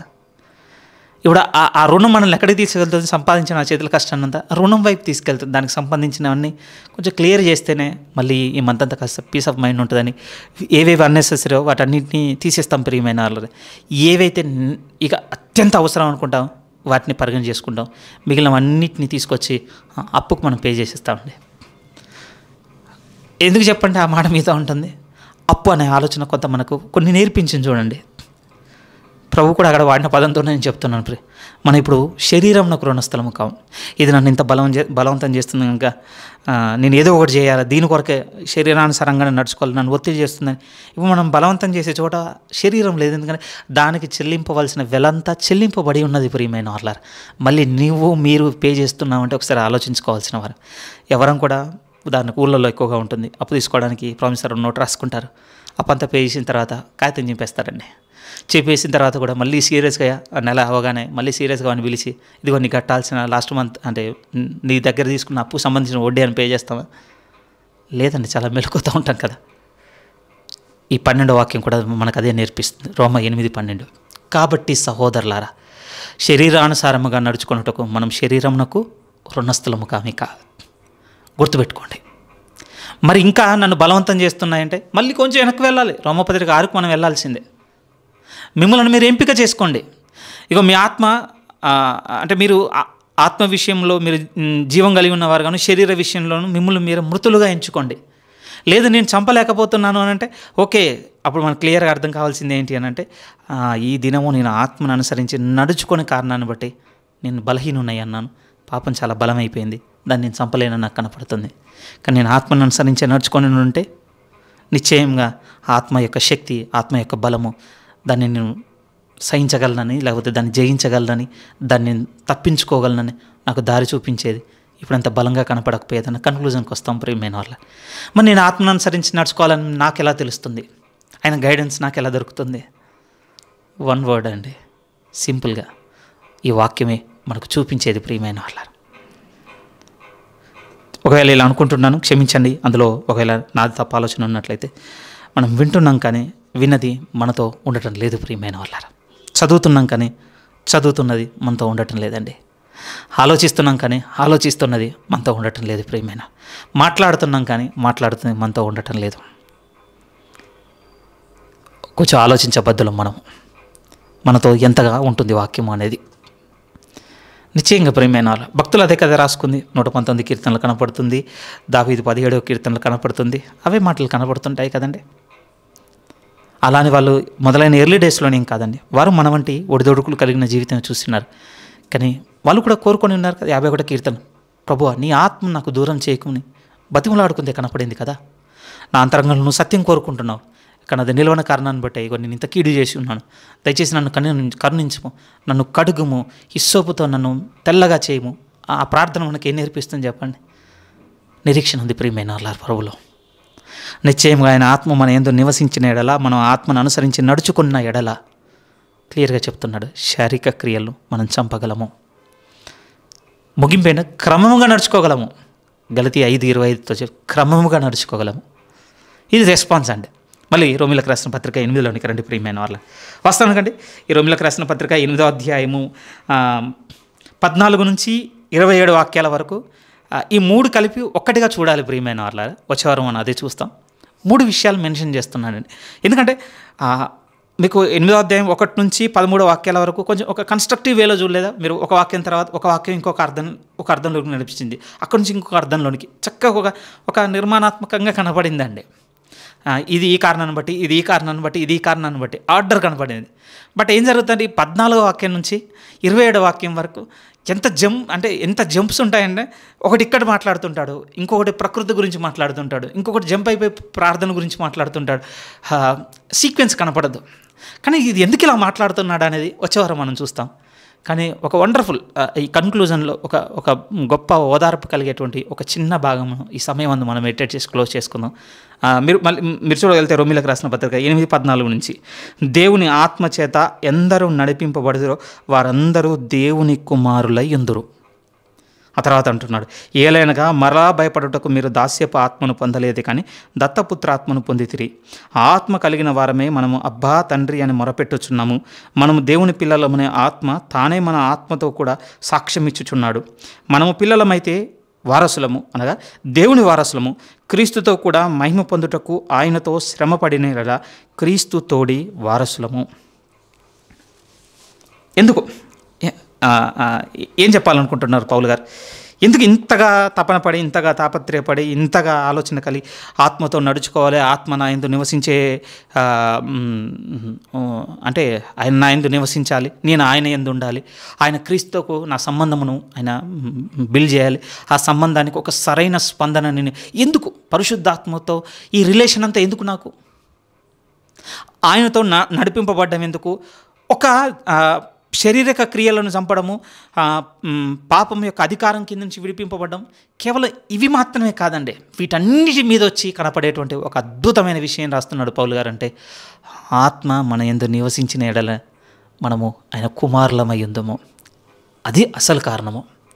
ఎందుకు పరిశుద్ధాత్మ దేవుని కలిగి ఉన్న జీవితము, పరిశుద్ధాత్మ దేవునితో నడిపింపబడుతున్న జీవితం, ఆయన అనుసరించి కట్టుకుంటున్న జీవితం, ఇదంతా ఎందుకు నాకు కావాలి అంటే క్లియర్గా చెప్తున్నాడు. 14లో అంటున్నాడు, దేవుని ఆత్మచేత ఎందరూ నడిపింపబడదురో వారందరూ దేవుని కుమారులయ్యుందురు. మరి ఇప్పుడు మనం కామా? వాస్తవానికండి ఇది ఇప్పుడు మీతో చెప్పబోయేటువంటి ఎక్స్ప్లెనేషన్ ప్రకారమే నమ్మాలనడానికి బైబిల్లో నుంచి ఇంకొక విషయం తీసుకొచ్చి మీకు చూపించడానికి నాకు ఆధారం లేదు ప్రియమైన. అలా అని సేవకుల నోట వినగానే చాలా స్ట్రగుల్ ఉండేనండి, ఇలానే ఎందుకు నమ్మాలి నేను, ఇంకొక దగ్గర ఏమన్నా ఆన్సర్, ఇంకొక దగ్గర ఏమైనా సపోర్ట్ ఉందంటే లేదు. మరి లేనప్పుడు వీళ్ళు ఎక్స్ప్లెయిన్ చేసిన ఈ విషయాన్ని ఇలాగ ఎందుకు నేను స్వీకరించాలని బాగా స్ట్రగుల్ ఉండేయండి మైండ్లో. ఏం చెప్తున్నాడు పౌలు గారు ఇక్కడ అంటే, ఇది వాస్తవానికంటే పౌలు గారు ఉన్నటువంటి ఆ టైం పీరియడ్లో మనం ఉండుంటే ఇంకా క్లియర్గా అర్థమయ్యేదట ప్రియమైన వాళ్ళు. ఎందుకంటే ఇక్కడ పౌలు గారు ఏం రాస్తున్నారు, సన్షిప్ గురించి రాసుకుంటూ వస్తున్నాడు, వారసత్వం గురించి రాస్తున్నాడండి. ఆయనున్న ఆ సమకాలీన ఆ టైంలో నుండి వారసత్వం ఇప్పుడున్నటువంటి మనం అనుభవిస్తున్న ఈ వారసత్వం ఒకటి కాదు ప్రియమైన వాళ్ళు. మన దగ్గర వారసత్వం ఏంటి చెప్పండి? ఉదాహరణ అనుకుందాం, మీ గర్భాన పుట్టిన పిల్లలే మీ సమస్త ఆస్తికి మీ తదనంతరం వారసులు అంతే. ఇంకా దానికి రూల్స్ రెగ్యులేషన్స్ ఏం లేవండి. మన దగ్గర ఉన్న లా కూడా ఏం మాట్లాడుతుంది, మీ గర్భాన పుట్టిన పిల్లలు ఎవరో వీళ్ళకే వర్తిస్తుంది అంతే. ఇంకెవరో వచ్చి క్లెయిమ్ చేసుకోండి, ఇది నాది, నేను తీసుకుంటా, ఆయన నాకు ఇస్తానన్నాడు. ఆయన బతుకున్నప్పుడు చెప్పానండి, మరి ఇప్పుడు ఆయన చచ్చిపోయిండు, కానీ ఆయన బతుకున్నప్పుడు మాకు ఖచ్చితంగా నాతో ఏం చెప్పిందో తెలుసా, నేను చచ్చిపోయిన తర్వాత నా ఆస్తంతా ఇక నువ్వే, నీకే మొత్తం నీకే చెందుతుందని చెప్పి చచ్చిపోయిందంటే కోర్టుకు వేసారనుకోండి, ఆయన గర్భాన పుట్టిన పిల్లలు, మనకు తెలుసు కోర్టు ఏం తీర్పు ఇస్తుందో, ఆయన గర్భాన పుట్టిన పిల్లలకే ఈ సమస్తానికి వాళ్ళే వారసులు, వాళ్ళకి ఇచ్చేయండి అంటుంది. బట్ ఈ పౌలు గారు రాస్తున్న ఈ మాటలు రాస్తున్న ఆయనున్న ఆ రోమా ప్రభుత్వ కాలంలో అప్పుడు వారసత్వం అనేది అలా ఉండకపోయేది ప్రియమైన వాళ్ళరా. కేవలం గర్భాన పుట్టినంత మాత్రానే రోమా పౌరసత్వంలో అండి వారసులని పిలువబడడానికి ఆధారం లేదట. అందుకోసం మీతో ఇది బైబిల్ ఇంకొక దగ్గర నేను చూపించడానికి ఒక కాంటెక్స్ట్ లేదండి. ఇది కొంచెం బయట నుంచి చరిత్రపరమైన ఆధారం నుంచి, బైబిల్ అనుభవం కలిగిన సేవకులు చెప్పేటువంటి సిద్ధాంతపరమైన బోధ నుంచి విన్నదే. దీన్ని ఇలా అంగీకరించడానికి బైబిల్లో అంటే దేవుని తరపున వాక్యాలు చూసినప్పుడు అగ్రి చేయాల్సినటువంటి కొన్ని కాంటెక్స్ట్లు ఉన్నప్పుడు ఓకే, కానీ సపోర్ట్ మాత్రం నాకు కూడా తెలియదు ప్రియమైన వాళ్ళ. ఇప్పుడు మనం ఎంక్వైరీ చేయడానికి మనకు సోర్స్ లేదు, కొంచెం ఓపిక ఉంది, మాకు కొంచెం ఇంగ్లీష్ మీద అవగాహన ఉంది అంటే వికీపీడియా ఓపెన్ చేయండి, ఇంకా మీరు మొత్తం రోమన్ హిస్టరీ అంతా ముందు వేసుకొని చదువుకుంటానండి. So happy. మీకు ఏమైనా మోర్ అండర్స్టాండింగ్ దొరికితే నాకు ఇవ్వండి, నేను కూడా చాలా సంతోషపడతాను.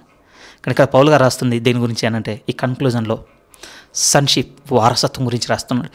ఎవరు దేవుని వారసులుగా పిలువబడతారట అంటే ఎందరైతే దేవుని ఆత్మచేత నడిపింపబడతారో వారందరూ దేవుని కుమారులు. కేవలం పిల్లలను కూడా చెప్పడం లేదు. ఎందుకంటే యోహాను సువార్త 1:12 మనం చదివామనుకోండి, అక్కడ లేఖనం ఎలా ఉంటుందంటే తన్నందరూ అంగీకరించారో వారందరికీ దేవుని పిల్లలగుటకు ఆయన అధికారము అనుగ్రహించాను. కానీ దేవునికి పిల్లలైనంత మాత్రాన్ని వారసులు కాదు. ఇప్పుడు మనకున్నటువంటి ఈ కాలంలో మనకున్న ఈ రాజ్యంలో అది ఉంటుందేమో ఇండియాలో, నీ గర్భాన పుట్టిన వాళ్ళు నీకు, కానీ రోమ ప్రభుత్వంలో పిల్లలైతే సరిపోదు ప్రియమైన వాళ్ళు. అందుకోసం వాళ్ళు 14 ఏళ్ళు నిండిన తర్వాతనే అప్పుడు మాత్రమే ఎంపిక చేసుకునే వాళ్ళట అండి. ఓకే, ఇక వీడే నా ఆస్తి మొత్తానికి ఆస్తికర్త, ఇతడే ఇక నా ఆస్తి మొత్తానికి వారసుడు. ఒక పెద్ద ఏమన్నా ఫంక్షన్ అనుకోండి, వాస్తవానికి అలాంటిది ఒకటి చేసి అప్పుడు ప్రకటన చేసేవాళ్ళట. అప్పటి వరకు అట్టండి, ఆ 14 ఏళ్ళ ప్రాయం వరకు లేకపోతే 12 ఏళ్ళ ప్రాయం వరకు ఏమని పిలువబడు అందరితో పాటు అంతే, దాసులతో పాటే సమానంగా ఎంచబడేవాడు తప్ప వారసునిగా ఎంపిక చేయబడేవాడు కాదని అది ఉండే. దాన్ని పిక్ చేసుకొని పౌలు గారు ఇప్పుడు ఏం రాస్తున్నారంటే సేమ్ అదే కాంటెక్స్ట్లో మనతో కూడా ఇప్పుడు అదే రాస్తున్నాడు. ఇప్పుడు కేవలం నువ్వు అంగీకరించిన మాత్రాన దేవుని వారసును అయ్యామని చెప్పడానికి లేదు. ఎంత క్లియర్గా చెప్తాను, ఎందరైతే దేవుని ఆత్మచేత నడిపింపబడతారో వారందరూ ఇప్పుడు దేవుని వారసులు అవుటకు అధికారం అనుగ్రహింపబడి ఉన్నది. అధికారం వారి మాత్రమే. అందుకోసం కన్క్లూజన్ అదే ఉంది ప్రియమే. 14 దేవుని ఆత్మచేత ఎందరూ నడిపింపబడతారో వారందరూ దేవుని కుమారుల ఇందురు. ఎలైనగా మరలా భయపడుటకు మీరు దాస్యపు ఆత్మను పొందలేదు, కానీ దత్తపుత్రాత్మను పొందితిరి. ఆ ఆత్మ కలిగిన వారమే మనము అబ్బా తండ్రి అని మొరపెట్టుచున్నాం. మనకు ఎలా ఉంది అని అంటే, ఇప్పుడు నేను ఆయన ఆత్మచేత నడిపింపబడుతున్నానో లేదో తెలియదు, కానీ నేను కూడా అబ్బా తండ్రి అని పిలుస్తున్నాను కదా. అబ్బా తండ్రి అని పిలిచినంత మాత్రం ఇప్పుడు నేను వారసుని అయిపోతానా? లేకపోతే అబ్బా తండ్రి అని పలికినంత మాత్రాన్ని అన్నిటి కూడా పలికేస్తాడండి. ఉదాహరణకు అనుకుందాం, ఎన్ని లేవు చెప్పండి. ఒక మాట అనండి అంటే అనేవాళ్ళు లేరా? ఏమని చెప్పండి, అబ్బా తండ్రి అని నేను కూడా అనేసాను. ఎక్కడో అనేస్తున్నాం కదా. ఏంటి దీని అర్థం? ఇది కొంచెం ఎక్స్ప్లెయిన్ చేయడం కూడా కష్టమేనండి. ఎందుకంటే కేవలం నోటితో ఇలా చెప్పేయడమేనా? కేవలం నోటితో చెప్పేయగానే పరిశుద్ధాత్మ దేవుడు మన ఎంత నివసించుచున్నట్టేనా? ఒక మాట ఆలోచించండి ప్రియమైన వారలారా. ఇది ఏ విధంగా మీకు ఎక్స్ప్లెయిన్ చేయగలను. మీ గర్భాన పుట్టిన పిల్లలు ఉన్నారనుకోండి. ఎందుకంటే ఇక్కడ రాయబడిన పదం కూడా ఎలా ఉందంటే, అబ్బా తండ్రి అని ఆయన పిలుచుచున్నాడు, పలుకుచున్నాడు అన్న పదం కూడా వాడలేదండి పౌలు గారు. ఏమన్నా మొరపెట్టుచున్నాడు, అదే కదా మనకున్నది. 15లో మనం ఆత్మ కలిగిన వారమే అబ్బా తండ్రి అని మొరపెట్టుచున్నాము. ఇది కంప్లీట్గా అండి సేవకుని అండర్స్టాండింగ్తో తీసుకుంది. బట్ నాకు మాత్రం చాలా గొప్పగా ఆదరింపబడి ఉన్నా. ఇంత లోతుగా దీన్ని చూడాలి, బట్ కంప్లీట్ అండర్స్టాండ్ అయిందని నేను చెప్పను. బట్ మీకు దీన్ని మెన్షన్ చేస్తానండి. ఇక్కడ పౌలు గారు రాస్తున్న ఈ మాట ఎంత లోతుకు వెళ్ళి చూడాలి అంటే, ఇలాంటి పదమేనండి మళ్ళీ ఎక్కడ ప్రస్తావన జరిగిందట అంటే, ఎందుకంటే బాగా వినండి, గ్రీక్లోనైనా హెబ్రూలోనే పర్టికులర్ నెంబర్స్ ఉంటాయండి కొన్ని పదాలకి. ఈ పదానికి ఈ నెంబర్ ఇచ్చారంటే ఆ అర్థంతోనే ఉంటుంది ఎవరైనా వాళ్ళ. సరే, అదంతా చాలా దూరం వెళ్ళిపోతుంది, కానీ ఆ భాషకున్న రీతి అది మీరు మైండ్లో పెట్టుకోగలిగితే, ఇక్కడ వాడిన ఆయన మొరపెట్టుచున్నాడని ఇక్కడ వాడిన ఆదిమ ప్రతుల్లో ఉన్న ఏ పదంతోనైతే రాశారో అదే పదంతో మళ్ళీ ఎక్కడ రాయబడిందట అంటే, ఒకరోజు రాత్రి వేళ ఎందు శిష్యులు పడవ మీద వెళ్తున్నప్పుడు అలల చేత కొట్టబడి పడవ మునిగిపోతున్నప్పుడు వాళ్ళు కేకలు వేస్తారు చూడండి. అప్పుడు ప్రభు వాళ్ళ నీళ్ళ మీద నడుచుకుంటూ వస్తున్నప్పుడు వాళ్ళు భూతం అనుకుంటారు, సందర్భం ఉంటుంది కదా. అక్కడ శిష్యులు వేసిన కేకలు ఉన్నాయి చూసారా, అలాంటి అక్కడ ఉన్న వాడిన పదం ఇక్కడున్న వాడిన పదం రెండు సేమ్ అట అండి. ఈ రెండింటిని కలిపండి ఆలోచన చేసినప్పుడు నాకు ఏమనిపించింది అంటే, కేవలం అబ్బా తండ్రి అని అందరూ అంటున్నారు కదా, అనంత మాత్రానే పరిశుద్ధాత్మ దేవుడు వారు కలిగి ఉన్నట్టే అని అంటే, నేను ఒక మాట చెప్తాను ప్రియమైన వాళ్ళ. ఉదాహరణకి మీ గర్భాన్ని పుట్టిన పిల్లవాడు ఉన్నాడు, ఆడుకుంటున్నాడు, మనకి ఏదో అయింది సడన్గా, కింద పడ్డము లేకపోతే తీవ్రమైన గాయమైంది. అప్పుడు వాడి నోటి నుంచి ఒక పెద్ద కేక్ వస్తుంది ప్రియమైన వాళ్ళ. ఎవరిని పిలుస్తాడు చెప్పండి? డాడీయో మమ్మీయో, ఓకే అంతే కదా. ఒకసారి మీరు ఆలోచించండి, ఆర్ఫన్ అయ్యాడు అనుకోండి, ఒకసారి ఆలోచించండి, మీకు ఏమనిపిస్తుందండి? దెబ్బ తగిలితే అబ్బానే అంటాం కదా అని అనుకోండి. నేను ఏమంటున్నాను, సెన్స్తో మాట్లాడే మాట గురించి. పుట్టగాంచి మనకి తల్లి తండ్రి లేడు, అనాథగా పెరిగాడన్న విషయం మనకి తెలిసింది అనుకోండి. మనకు ఎక్స్పీరియన్స్ లేదు, కానీ నిజంగానే వానికి ఒక తీవ్రమైన కష్టము, ఒక పెద్ద దెబ్బ, ప్రాణాపాయం వచ్చినప్పుడు ఏమని కేక వేస్తాడు? ఎందుకు నేను ఈ మాట అంటున్నానంటే, ఈరోజు మన యందు మనం అలాంటి ఎక్స్ట్రీమ్ కండిషన్లో ఉండి అప్పుడు అబ్బా తండ్రి అని కేక వేస్తున్నాం అంటే నిశ్చయంగా నమ్మొచ్చు ప్రియమైన వాళ్ళ, మనం సెన్స్తో పరిశుద్ధాత్మతోనే కేక వేస్తున్నామని. ఊరికే నోటితో అన్నం గురించి మాట్లాడటం లేదండి. ఈవెన్ ఇప్పుడు నేను ఎక్స్ప్లెయిన్ చేసింది కూడా మీకు ఆ కోర్ పాయింట్ నేను టచ్ చేయలేకపోయాను, కానీ బాగా వినండి ప్రియమైన వాళ్ళ. ఇక్కడ మాట్లాడుతున్న మాటలు ఏముందంటే, దేవుని ఆత్మ చేత మనం ఎందుకు నడిపింపబడాలి, అసలు ఆయన ఎందుకు మనం ఎందుకు ఉండాలి, ఆయన మన ఎందుకు ఉండాలి అని అంటే ఒకటే కారణము, దేవుని వారసులు ఎవరు అనంటే దేవుని ఆత్మ చేత నడిపింపబడుతున్న వారు మాత్రమే. అంగీకరించిన వారు దేవుని పిల్లలు అవ్వడానికి అధికారం పొందుకున్నారంతే. అంటే 1 to 14 yearsలో బతుకుతున్న వాళ్ళని రేపటి రోజున తండ్రి అంగీకరించవచ్చు, అంగీకరించకపోవచ్చు అండి రోమ ప్రభుత్వ ప్రకారం. ఆ 14 yearsలో తన గర్భాన పుట్టిన 6 పిల్లల్లో ఒకరిని తీసుకోకపోవచ్చు. వీళ్ళు 6 వీళ్ళు వేస్ట్ కావాలని అర్థమైంది అనుకోండి, అతనికి ఎంత హక్కు ఉంటుంది అట్ట తండ్రికి. మళ్ళీ ఆ 14 years తర్వాత ఇంకొక వేరొక పిల్లవాడిని తీసుకొని, ఇగో ఇప్పుడు మీ అందరి ముందు నేను ప్రకటన చేయుచున్నాను, వీడైనా అంత ఆస్తికి ఇక వారసుడని ప్రకటన చేసే హక్కు ఉంటుందట. పుట్టిన ఈ 6 గర్భాన పుట్టి లేదు మేము ఈయన మమ్మల్నే కన్నాడు మాకే వర్తిస్తుందంటే ఆ ప్రభుత్వ చట్టం ఒప్పుకోదు. ఈ తండ్రి ఎవరినైతే ఇక వీడు నా వారసుడని ప్రకటన చేస్తాడు, ఇక ప్రకటన చేసిన తర్వాత ఇక వాడే వారసుడు. దేవుడు కూడా అదే మాట అంటున్నాడు, ఎవరు నాకు వారసులు అని అంటే నా ఆత్మ చేత నడిపింపబడిన వారు. ఒకరోజు నేను ఒప్పుకున్నాను, అంగీకరించాను కనుక నేను దేవుని పిల్లవాడినయ్యాను, చర్చ్కి వెళ్ళాను, బైబిల్ చదివాను, ఇక్కడ నా సాక్ష్యం పంచుకున్నాను, నేను క్రైస్తవునని చెప్పుకున్నాను, క్రైస్తవ సంబంధమైన గుర్తులన్నీ మా ఇంట్లో పెట్టుకున్నాను, క్రైస్తవ పండుగలు చేసి ఉన్నాను. ఇవి కావు ప్రియమైన వాళ్ళారా దేవుడు రేపు మిమ్మును నన్ను వారసులు అన్నటకు. అలానండి దేవుని ఆత్మచేత నడిపింపిన వారందరూ వీటిని చేయరని చెప్పడానికి అది నేను వాటిని అన్ని ప్రస్తావించింది. ఇవన్నీ మేము చేయగలుగుతున్నాం కదా. బైబిల్లో కూడా పదాలు ఉంటాయి కదండి, పితృపారంపర్య అలాంటివన్నీ మేము చేస్తున్నాం కదా. ఇప్పుడు మేము అయిపోయామంటే లేదు, క్లియర్గా చెప్తున్నాడు పౌలు గారు. ఏమంటున్నారంటే దేవుని ఆత్మచేత నడిపింపబడిన వారందరూ దేవుని వారసులు. ఆ ఆత్మను కలిగిన వారమే అబ్బా తండ్రి అని ఇప్పుడు మొరపెట్టుచున్నాము. ఆ తర్వాత అన్నమాట 16 చూడండి, మనము దేవుని పిల్లలమని ఆ ఆత్మ తానే మన ఆత్మతో కూడా సాక్ష్యం ఇచ్చుచున్నాడు. ఆయనతో నడుస్తూ పోతే తెలుస్తుంది ప్రియమైన వాళ్ళారా, రేపు నన్ను ఆయన వారసునిగా హేర్ అంటాం కదా, ఆయన వారసునిగా నన్ను అనుకుంటున్నాడా లేదా అని నా యందు మీ యందు ఉన్న పరిశుద్ధాత్మ దేవుడు మనకు సాక్ష్యం ఇవ్వాలి. ఇది మనుషుల వీక్నెస్ కాదటండి. 16 అంటున్నాడు, మీరు నడవండి, ఆయనతో నడుస్తా ఆయనే మీ ఆత్మ సాక్ష్యం ఇస్తాడు. ఏమని? అవును, ఇప్పుడు నువ్వు దేవుని వారసుడవి. 17 అదే చెప్తున్నాడు. కన్క్లూజన్ చూడండి. ఆ వారసత్వం యొక్క స్థితి ఏంటట అంటే 17, మనము దేవుని పిల్లలమైతే వారసులము, అనగా దేవుని వారసులము, క్రీస్తుతో కూడా మహిమ పొందుటకు ఆయనతో శ్రమపడిన ఎడల క్రీస్తు తోడి వారసులము. ఏంటి, దేనికి మనల్ని వారసులుగా చేయబోతున్నాడు తండ్రి? క్రీస్తుతో కూడా మహిమ పొందుట. యోహాను సువార్త 17లో అంటాడు కదా, తండ్రి ఒకప్పుడు నీ యొద్ద నా కొరకు నువ్వు ఏ మహిమనైతే ఉంచి ఉన్నావో ఆ మహిమతో నన్ను ఇప్పుడు మహిమపరచు అన్నాడు కదా. అదేంటో మనకు తెలియదండి ఆ రోజు. కానీ ప్రభు ఏమంటున్నా, ఇప్పుడు నాకు వారసులు అయితే మీరు రేపు మిమ్మల్ని దేనికి మిమ్మల్ని నేను హక్కుదారులను చేయబోతున్నా అంటే నా కుమారునికి ఏ మహిమనైతే నేను ఇచ్చి ఉన్నానో ఆ మహిమలో మీరు నేను కూడా వారసులు మాట ప్రియమైన వాళ్ళారా. అమ్మో, అది ఎక్స్ప్లెయిన్ చేయడానికి నా దగ్గర పదాలు కూడా లేవండి, ఎందుకంటే నేను నడవాలి. ఈవెన్ నడిచిన ఒక సేవకుడు వచ్చి మనతో పంచుకున్నా దాన్ని అర్థం చేసుకోవాలన్నా కూడా మీ యందు నా యందే ఉండాలో తెలుసా, ఆయనతో నడుస్తున్న అనుభవం ఉండాలి. ప్రియమైన రిలేషన్ ఒకటి తెలిస్తే సరిపోతుండే, ఆ రిలేషన్కి సరైన రెస్పాన్స్ కూడా మనలో ఉండాలి. కానీ నిశ్చయంగా ఒక గుర్తు చెప్తున్నాడు, ఎవరవుతారట తెలుసా? క్రీస్తు మహిమతో తోడి వారసులు ఎవరవుతారట తెలుసా? ఆయనతో కూడా శ్రమ పడిన వారు. సఫరింగ్ ఉందండి మనకి, ఉంది నిశ్చయంగా. ఒక శ్రమకు పిలుపుంది ప్రియమైన వాళ్ళారు మనకి. ఎందుకు నాకు ఈ శ్రమ? ప్రాణం పోతుందన్న భయం నుంచి పారిపోవడానికి కాదండి. రేపు ఒక నిత్య మహిమలో ఆయన కుమారునికి ఏ మహిమనైతే దేవుడు ఇస్తానన్నాడో ఆ మహిమకు నన్ను కూడా తోడి వారసుని చేస్తున్నాడు. అందుకోసం దీనికి ఎవరిని పడితే వాళ్ళని పిలుచుకోవట్లేదండి ఆయన. అందుకనే ఒక మెచ్యూరిటీ చూస్తున్నాడు. ఒక రోమా ప్రభుత్వపు పౌరుడు తన ఆస్తి మొత్తానికి ఆస్తికర్త ఎవడంటే ఊరికే పుట్టిన పిల్లవాడిని పట్టుకొచ్చాడట. రేపటి రోజున ఇక వీడు వారసులను చూపించడానికి ఒక 12-14 సంవత్సరాలు అవుతారటండి వాళ్ళు. ఆగి అన్ని పరీక్షించి వాళ్ళలో అన్నీ చూసి ఇప్పుడు వీడిని మేము ఎంపిక చేసి వీడే ఇక మొత్తానికి వారసుడు. దేవుడు కూడా అదే చెప్తాడు, నేను ఎవరికి పడితే వాళ్ళకి ఇవ్వనిది. ఎవరో తెలుసా? నా కుమారుని తోడి వారసులు, ఆయనతో శ్రమ పడినవాడు. ఆయనతో శ్రమ పడిన జీవితంలో దేవుడు ఒక బలమైన మాట చెప్తున్నాడు, ఆయన ఆత్మ లేకుండా ఆయనతో శ్రమ పడడానికి ఎవ్వరు ముందుకు రారు ప్రియమైన వాళ్ళారు, నిశ్చయంగా వర్రారు.